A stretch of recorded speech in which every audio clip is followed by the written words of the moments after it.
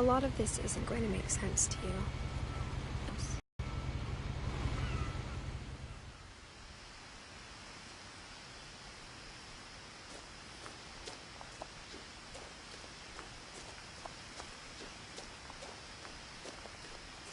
I lived here until I was 11, but I wasn't allowed inside half the rooms.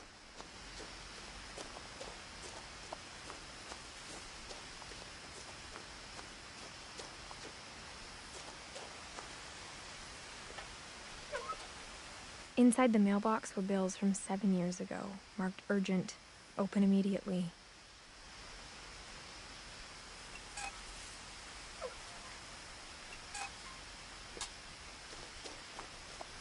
I hadn't been back since my brother Lewis's funeral.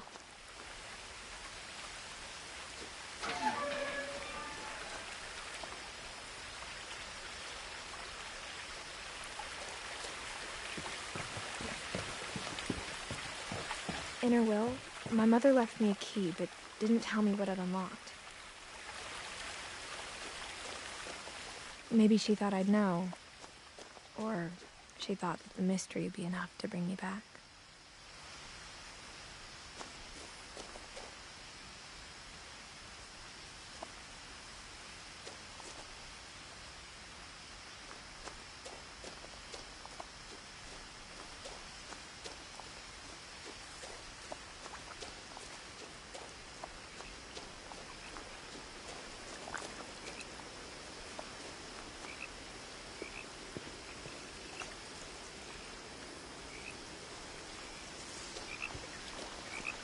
The truth is, even after I inherited the house, I never thought I'd come back to it.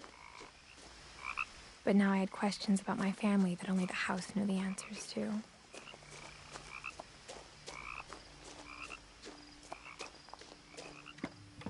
The woods around the house have always been uncomfortably silent, as if they're about to say something but never do.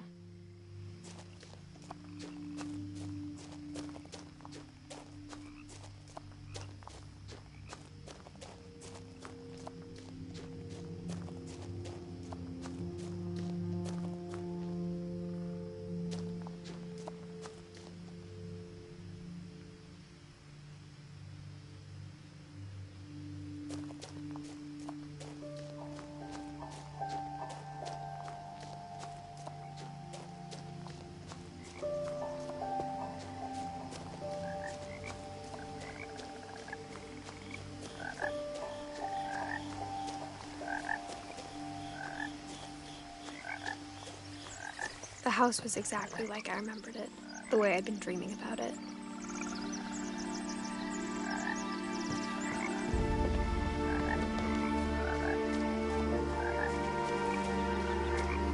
As a child, the house made me uncomfortable in a way I couldn't put into words. Now, as a 17-year-old, I knew exactly what those words were. I was afraid of the house.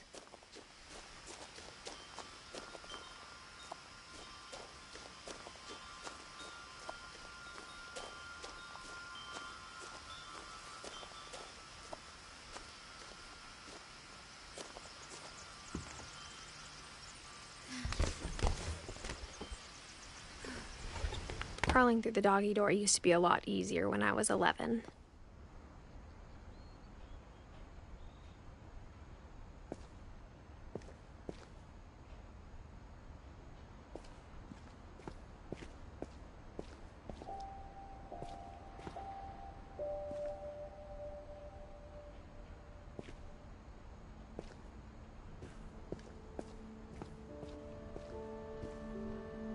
The power had been turned off the night we left.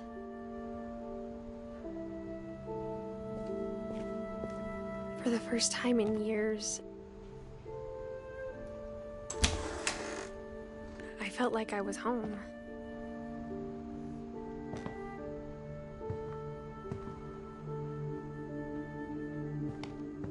But instead of a family, there were just memories of one.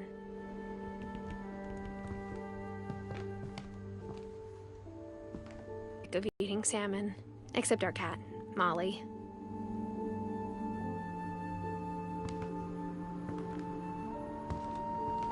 or how only one restaurant would deliver to our house, so we had Chinese a lot.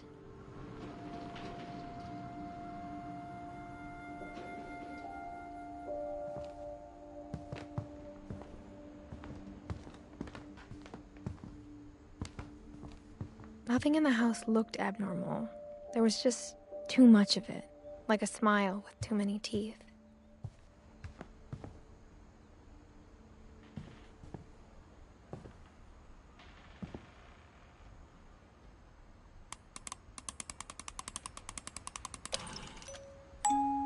Great-Grandpa Sven built a music box for Barbara, along with the rest of the house.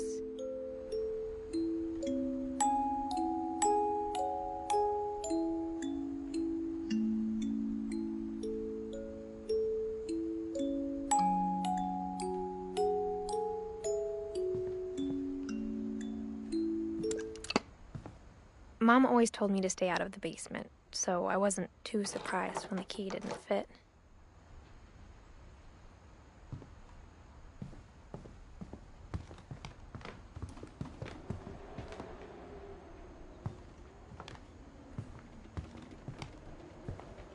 Even the fireplace had a story. Edie told me the bricks came from the original house, after it sank.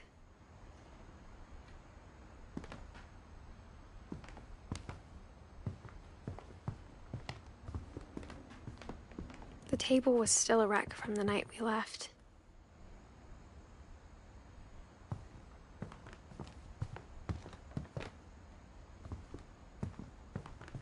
My mom was the only one of us who could imagine Great-Grandma Edie living in a nursing home. It was like a bomb had gone off, killing everyone but sparing the furniture.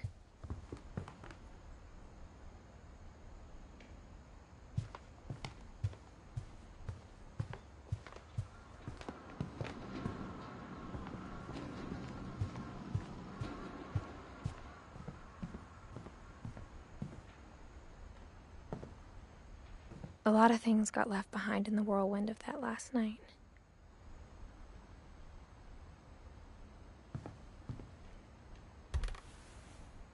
Edie told me once that every Finch who ever lived is buried somewhere in the library.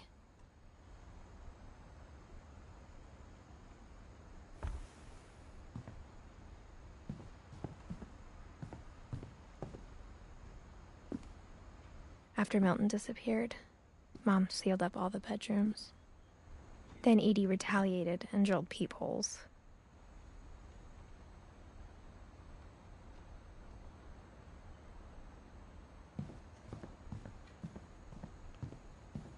Whenever people ask me about my family, the first thing they always want to know about is Barbara.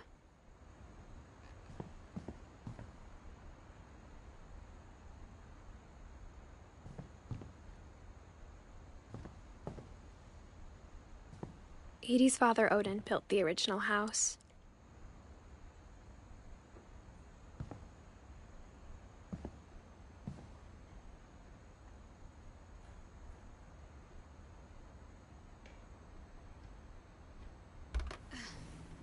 Barbara was a child star for 2 years, until America grew out of it.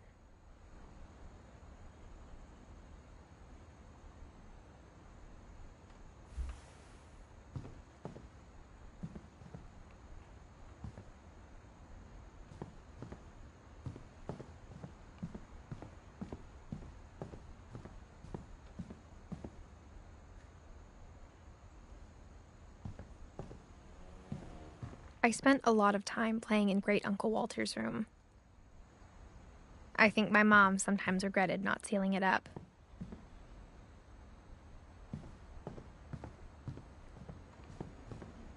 Lewis told me there were secret passages, but I never believed him.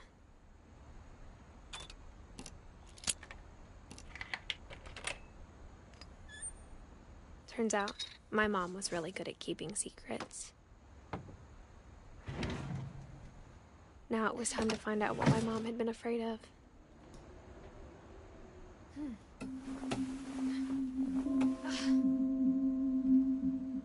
From the paintings on the wall, it was clear my brother Milton had been here before me. Reading this,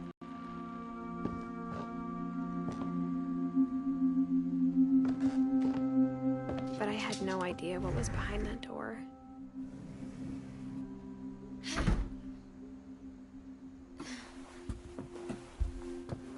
Just like I had no idea where all this was gonna lead.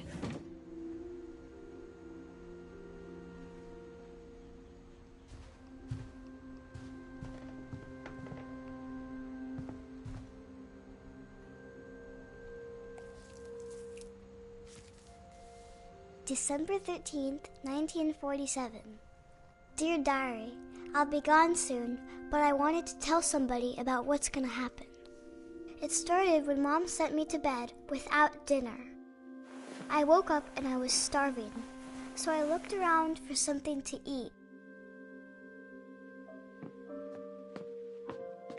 The gerbil food was dry, but I didn't mind it.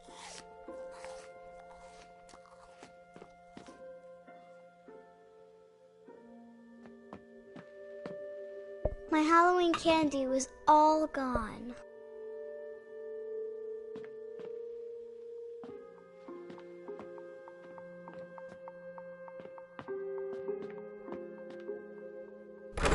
Mom, can I come out now? Sweetheart, it's late. Go to sleep.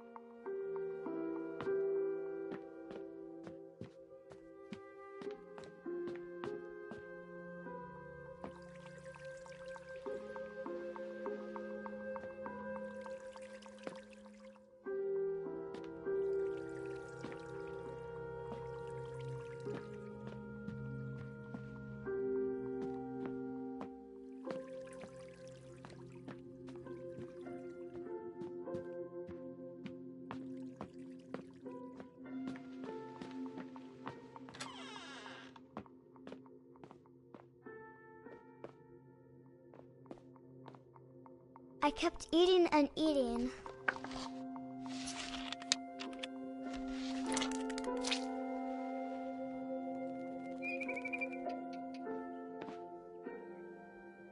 I ate a lot of things that night.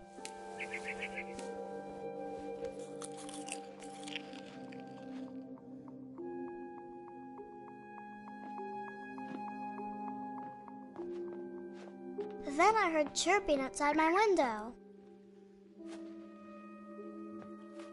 It was a barn swallow going back to her nest. I reached out for her.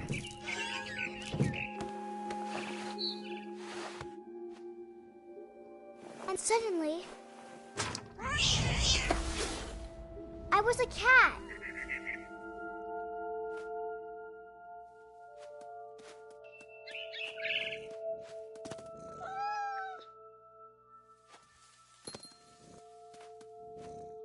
I tried to be quiet, but the bird was really scared.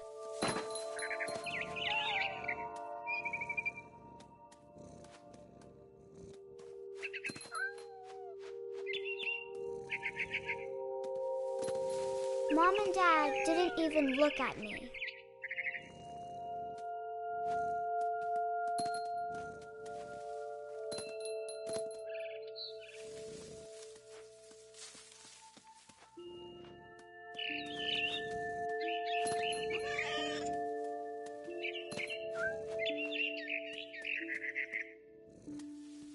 I jumped and I almost got her.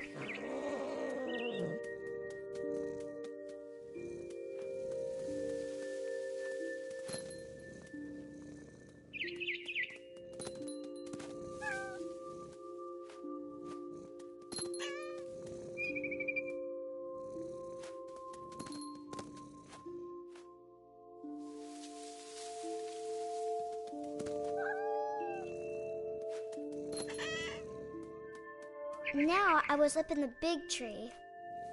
I promised Dad I wouldn't climb it anymore. All I cared about was eating that mama bird. I could tell she was getting really tired.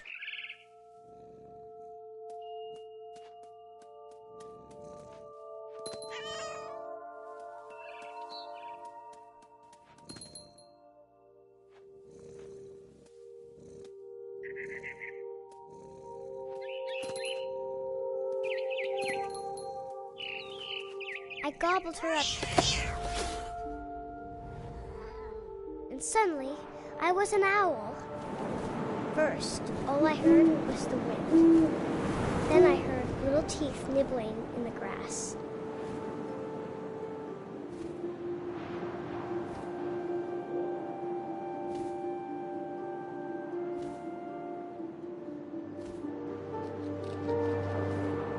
Rabbits.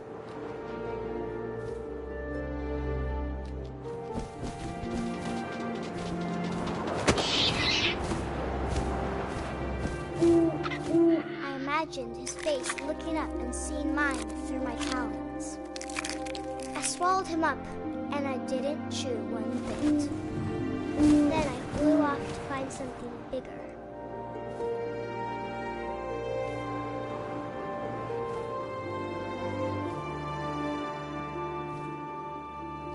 A mama rabbit.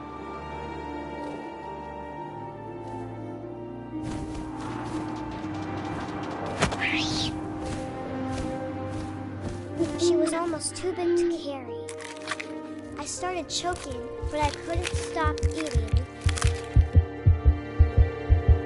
And suddenly, I was a shark.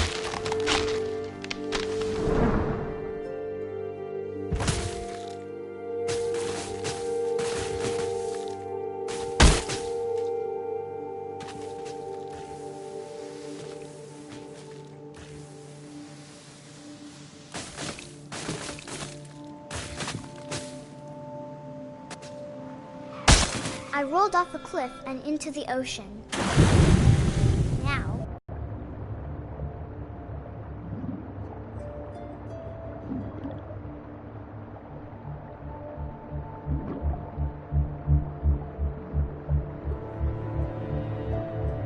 I wanted fat, juicy seals.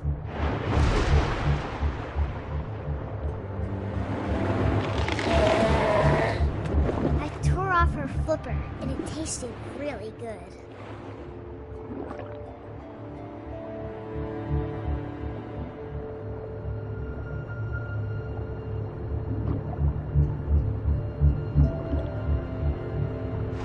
Grabbed on tight, but I was so hungry, I jumped out of the water. When I opened my eyes, everything had changed.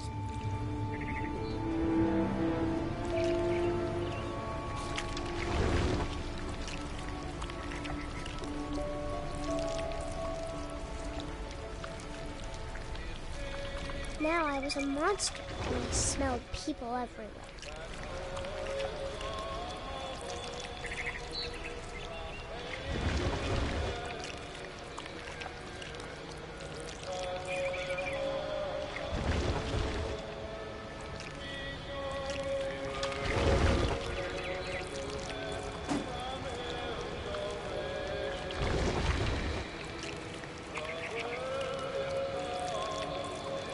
I was big, and I moved real quiet.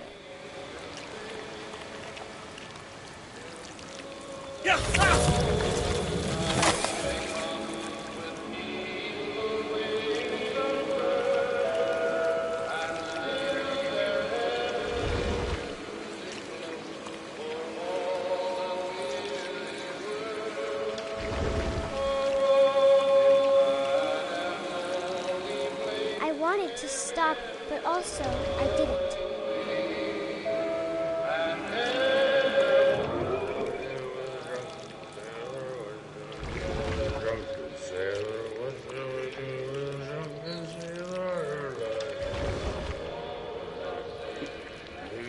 Belly was rusty. His belly was rusty. His belly was rusty. Razor. What's drunk sailor?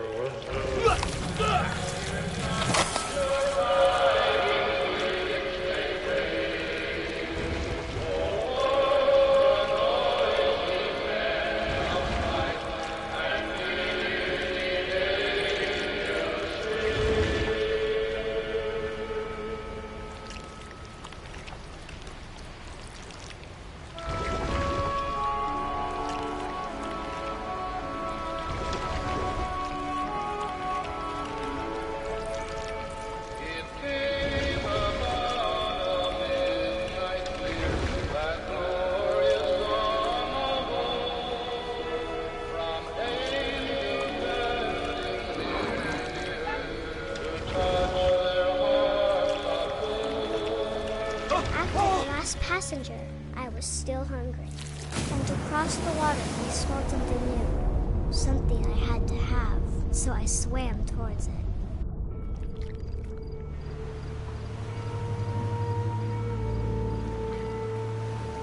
I slithered onto the sand, and the good smell went into an old pipe.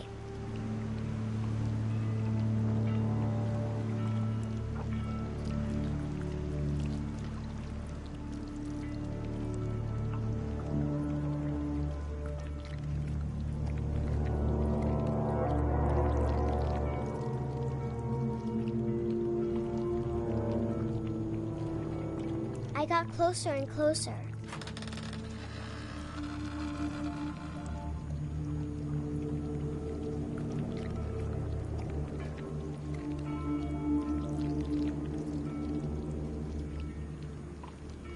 All of my stomach started growling.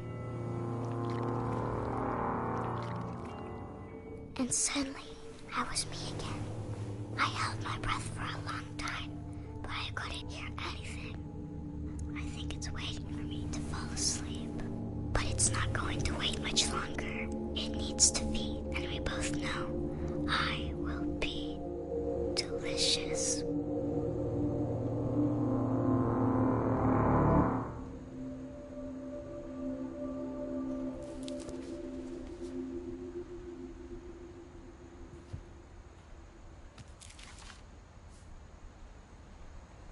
I'm not sure if I believed all of that, but I'm sure Edie would have.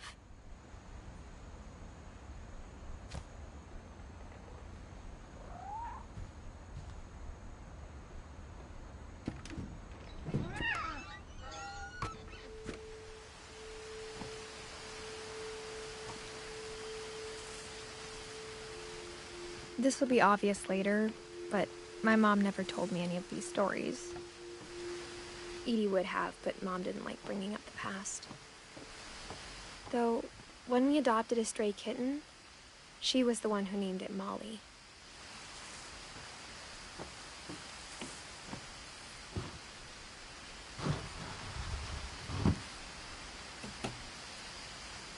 I spent a lot of time in Great-Grandma Edie's room.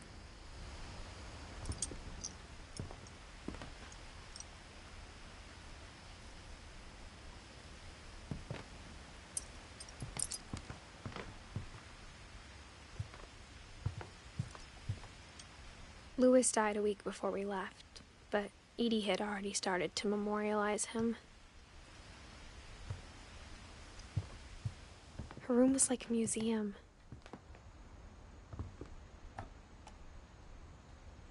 For 500 years, the Finches have been famous throughout Norway for their fortune and misfortune.